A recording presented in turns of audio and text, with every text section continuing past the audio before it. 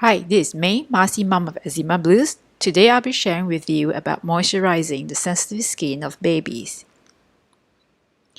But are baby skin really more sensitive? Yes, the baby's skin is different from the adult skin in many ways.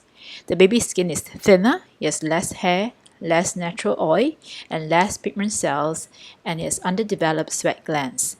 Therefore, the baby's skin is more vulnerable to toxins, is less able to cope with temperature change, is easier to lose the skin natural oil from shower, which is covered in another video, less able to cope with the harmful UV rays, which is covered in the video of sun protection. And having underdeveloped sweat glands, the baby's skin is also more susceptible to heat rash. And now we talk about moisturizing.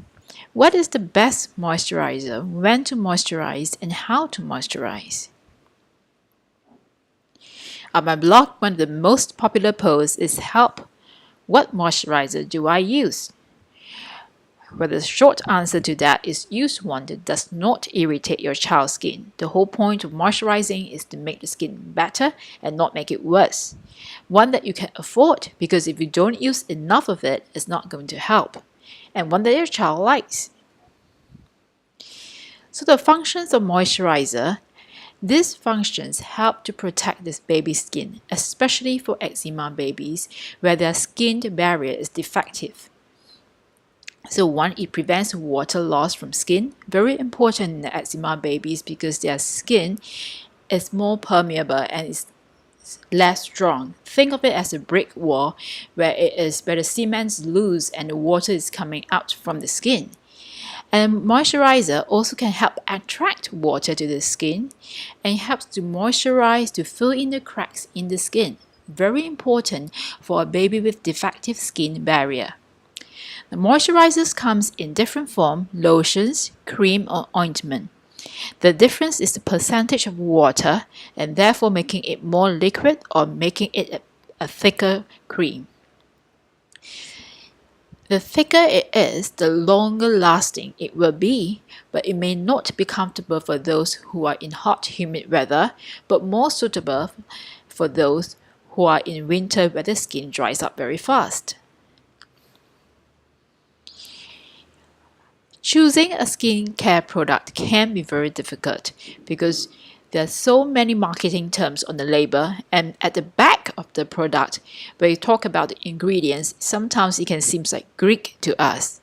What you have to do is to learn to pick out the top irritant and make sure that the product you buy don't have them.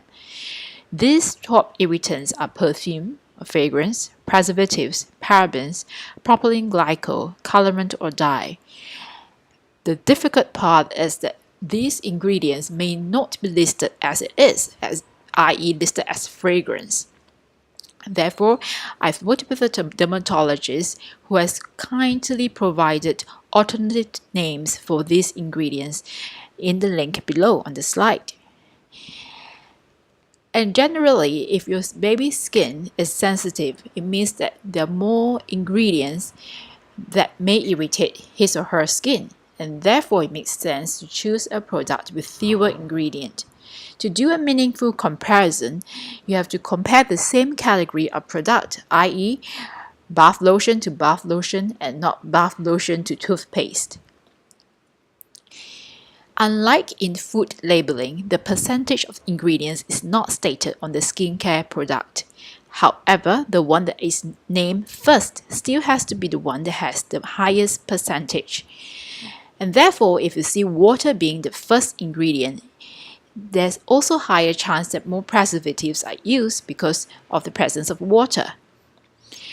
Avoid terms that are non-regulated, like hypoallergenic, natural, good for babies. What do these really mean? They don't actually mean anything because it's up to the company to call it as such.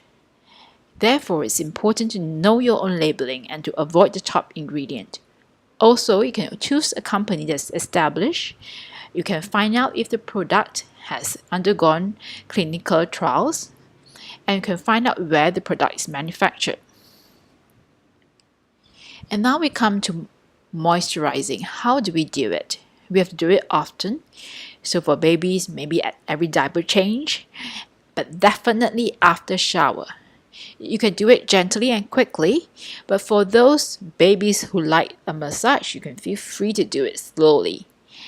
Always in the direction of hair growth to prevent lotion from clogging under the hair, and to avoid contamination of the tub of cream. Don't dig your fingers in repeatedly, instead use a spatula, or you can choose to use a pump. Moisturizing enough is the key because the skin barrier of eczema babies are weak, they're defective, they need frequent protection, and I use about 400 ml a week. You can mark out the ml on your bottle so that you can gauge how much you're using. Avoid over switching products because if you keep on using different products all the time, you wouldn't know which one irritates the child's skin. If you like this, please go to EczemaBlues.com/tag/moisturizer, where I've worked with many dermatologists to cover skincare and to cover how to moisturize the child's skin. See you next time.